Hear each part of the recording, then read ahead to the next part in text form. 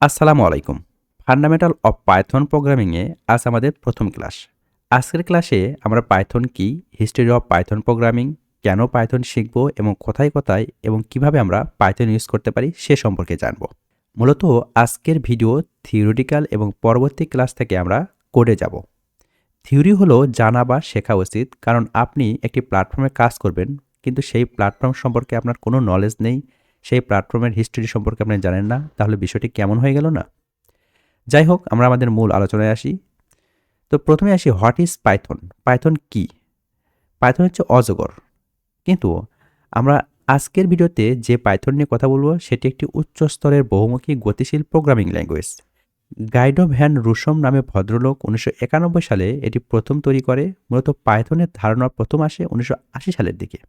Guido van রুসম উনি 1991 প্রথম যখন পাইথন ডেভেলপ করে, সেটার ভার্সন ছিল পাইথন 0.9.1 এবং সেই ভার্সন দ্বারা যে কাজগুলো করা হতো সেগুলো হলো classes of inheritance, exception handling, function এবং কিছু কোর ডাটা টাইপ ছিল, যেমন লিস্ট, ডিকশনারি, স্ট্রিং, এগুলো আর কি। তারপর 1994 পাইথন তাদের ভার্সন 1 নিয়ে আসে এবং বর্তমানে আমরা যে ভার্সন ব্যবহার করি সেটি হলো পাইথন 3.11 এবং 3.12। তো এখানে পাইথনের সবগুলো ভার্সন দেখানো হয়েছে যে কবে কোন ভার্সন আসলে রিলিজ হয়েছে। তো এইটি যদি আপনি অ্যাকচুয়ালি ডকুমেন্টেশন দেখে শিখেন বা জানেন, তাহলে বিষয়টা আরও ক্লিয়ারভাবে বুঝতে পারবেন। আমি এই লিঙ্কটি আপনাদের দিয়ে দিব। দেন এটার গিয়ে যদি আপনি গুগলে সার্চ দেন তাহলে আপনি পাইথনের ডকুমেন্টেশন পাবেন। আমি সার্চ দিতেছি, একটু ওয়েট করেন। এটা দেখেন, এটা কিন্তু পাইথনের মূল ওয়েবসাইট python.org। এই যে ডকুমেন্টেশন, এখানে কিন্তু কবে কোন ভার্সন রিলিজ হয়েছে ইন ডিটেলস দেওয়া রয়েছে। বর্তমানে পাইথনের যে ভার্সনটি চলতেছে সেটা হচ্ছে 3.12 এবং আমি আপনাদের যে ভার্সন আসলে কোড করে দেখাবো সেটি হবে পাইথন 3.12.0 এবং এখানে সবগুলো ভার্সন কবে কোনটা রিলিজ হয়েছে সেটা বিস্তারিত দেখানো হয়েছে। পাইথনের মূলত প্রথম ভার্সন যেটা রিলিজ হয়েছে সেটা 1991 এবং পরবর্তীতে আস্তে আস্তে ভার্সনগুলো আপডেট করা হয়েছে। এখানে যেহেতু 25 অক্টোবর 1996 থেকে শুরু হয়েছে দেওয়া পাইথন 1.4, তারপরে আস্তে আস্তে এটা কিন্তু ডেভেলপ করা হয়েছে এবং 2020 সালের দিকে এটা আসলে পাইথন 3 তে কনভার্ট করা হয়। এর আগ পর্যন্ত আমরা পাইথন 2 ইউজ করতাম। তো আমরা আমাদের পুরো কোর্সটি জুড়ে পাইথনের যে ভার্সন নিয়ে কথা বলবো সেটা হচ্ছে পাইথন 3 নিয়ে। কারণ পাইথন 2 হচ্ছে মানে আগের ভার্সন পাইথনের, সেটাকে আপডেট করে পাইথন 3 তে নিয়ে আসা হয়েছে। তো যাই হোক, আমি মনে করতেছি বুঝতে পেরেছেন যে ভার্সন জিনিসটা আসলে কি এবং কবে কোনটা রিলিজ হয়েছে। আপনারা ডকুমেন্টেশন থেকে এই বিষয়গুলো একটু স্টাডি করে নেবেন। তো আমরা আমাদের মূল আলোচনায় আবার ফিরে যাই। তাছাড়া পাইথনকে আবার অন্যভাবেও সংজ্ঞায়িত করা যায়। পাইথন হলো একটি high level interactive object oriented scripting language.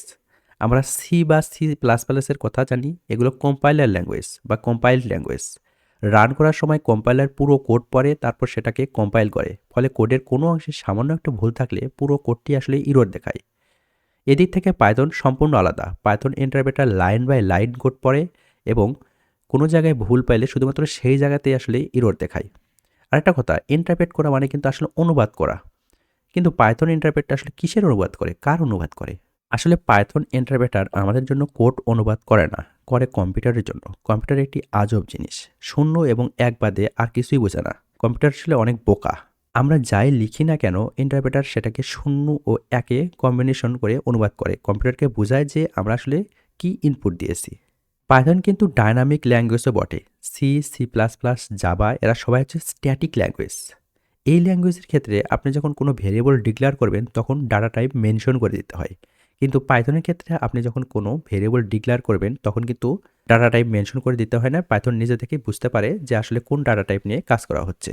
এবং এর পাশাপাশি পাইথন হাইলি রিডেবল হওয়ায় পাইথন প্রোগ্রামারদের কাছে অধিক জনপ্রিয় হয়ে রয়েছে। তাছাড়া পাইথনের আরও অনেক হিস্টোরি আছে যেগুলো আপনাকে বই বা ডকুমেন্টেশন দেখে শিখতে হবে, কারণ আমি মনে করি ভিডিও দেখে ইতিহাস জানা যায় না। জানা গেলেও আপনার কাছে এটি বেশি দিন স্থায়ী থাকবে না বা স্থায়িত্ব থাকবে না। আপনাকে ইতিহাস বা যেকোনো কিছু বেশি দিন মনে রাখার জন্য অবশ্যই বই পড়তে হবে। তো এখন আমরা জানবো হোয়াই পাইথন, কেন আসলে পাইথন শিখবো বা পাইথন জানবো। পৃথিবীতে তো আরও অনেক ল্যাঙ্গুয়েজ আছে, তাহলে পাইথন কেন? এখানে আমি পাইথন নিয়ে কথা বলছি তাই অন্য কোনো ল্যাঙ্গুয়েজকে ছোট করব এমনটা না। দেখেন প্রতিটি ল্যাঙ্গুয়েজের আলাদা আলাদা ইউজ কেস রয়েছে। যেমন পাইথন দ্বারা আপনি মোটামুটি সব ধরনের কাজই করতে পারবেন, কারণ এটি একটি ডাইনামিক প্রোগ্রামিং ল্যাঙ্গুয়েজ। পাইথনে আপনি data science, data analysis, machine learning, artificial intelligence, cyber security সব জায়গায় ব্যবহার করতে পারবেন। তাছাড়া পাইথন দ্বারা আপনি ওয়েব ডেভেলপমেন্টের কাজও করতে পারবেন। তবে সেক্ষেত্রে পাইথনের আলাদা ফ্রেমওয়ার্ক রয়েছে। জ্যাঙ্গো এবং ফ্লাক্সের মতো ফ্রেমওয়ার্ক সম্পর্কে আপনি জানতে হবে। অন্যদিকে মোস্ট অফ দ্য স্ট্যাটিস্টিশিয়ানরা আবার আর ইউজ করে থাকে। আর মূলত ডেভেলপ করাই হয়েছে স্ট্যাটিস্টিক্যাল অ্যানালাইসিসের জন্য।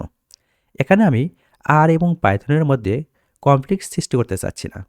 আবার দেখেন এইচটিএমএল, সিএসএস ওয়েব ডিজাইনের ক্ষেত্রে ব্যবহৃত হয়। আমি মূলত আপনাদের এটাই বোঝাতে চাচ্ছি যে প্রতিটি ল্যাঙ্গুয়েজ ডিমান্ডেবল আলাদা আলাদা পারপাসে। বাট যেহেতু আমরা এখানে পাইথন নিয়ে কথা বলছি, তাই আমরা জানবো কেন আমরা পাইথন শিখব। হোয়াই পাইথন, তাই না? প্রথমেই রয়েছে সিম্পলিসিটি অ্যান্ড রিডেবিলিটি। আমি যদি চ্যাট জিপিটিতে একটু হ্যালো ওয়ার্ল্ড লিখে আপনাদের দেখাই, তাহলে বিষয়টি ক্লিয়ারভাবে বুঝতে পারবেন। তো চলেন আমি চ্যাট জিপিটিতে ঢুকি। আমি চ্যাট জিপিটিতে আসলাম। এখন আমি কয়েকটি প্রোগ্রামিং ল্যাঙ্গুয়েজে হ্যালো ওয়ার্ল্ড পিন করে দেখাবো।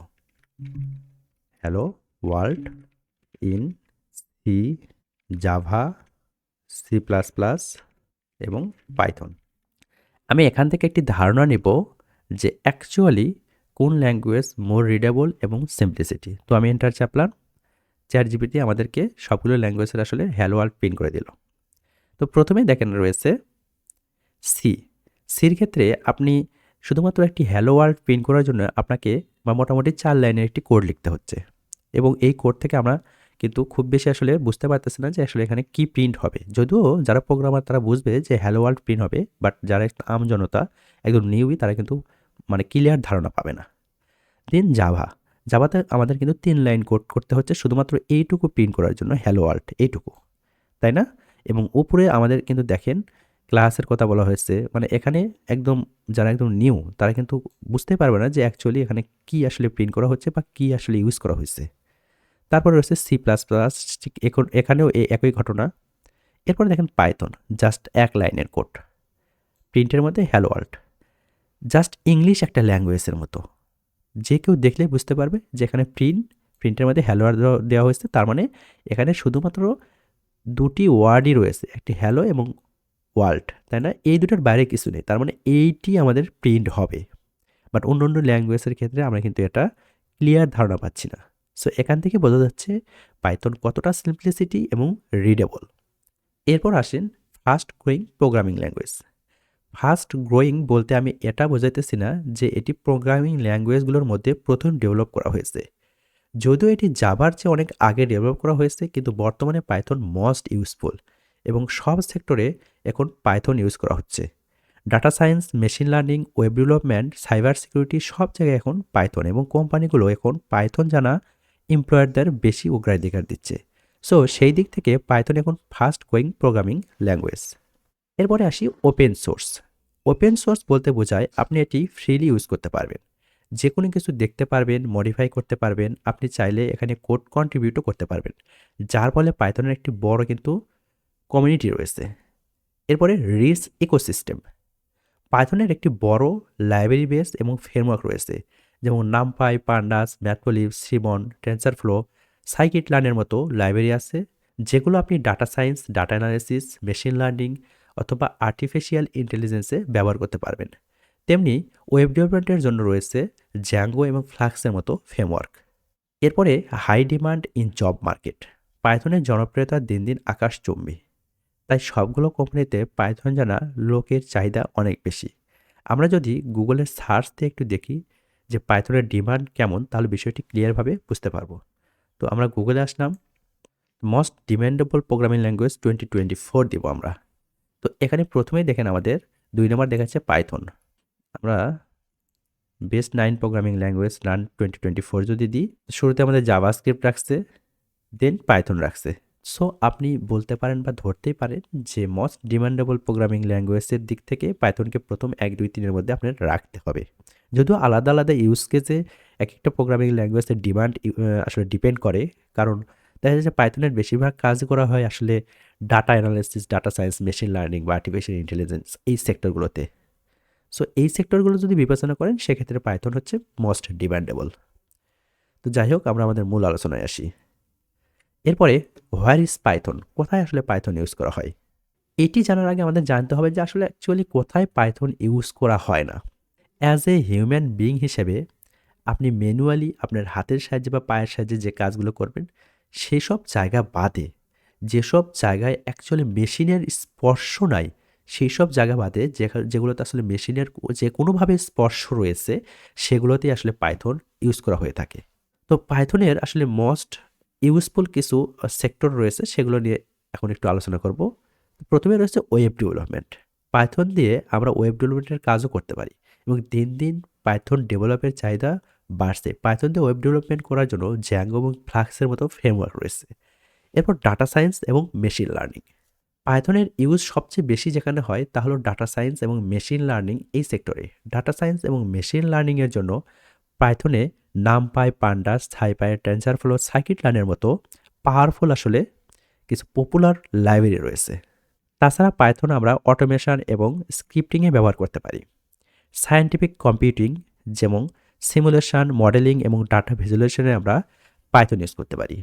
গেম ডেভেলপমেন্টে পাইথন ইউজ করা হয়। গেম ডেভেলপমেন্টের জন্য পাইথনের রয়েছে পাই গেমের মতো লাইব্রেরি। তাছাড়া network programming, education, database management, cyber সিকিউরিটিতে পাইথনের হিউজ ইউজ কেস রয়েছে। আপনি ধরতেই পারেন যে ডিজিটাল পৃথিবীর প্রতিটি সেক্টরে পাইথনের স্পর্শ রয়েছে।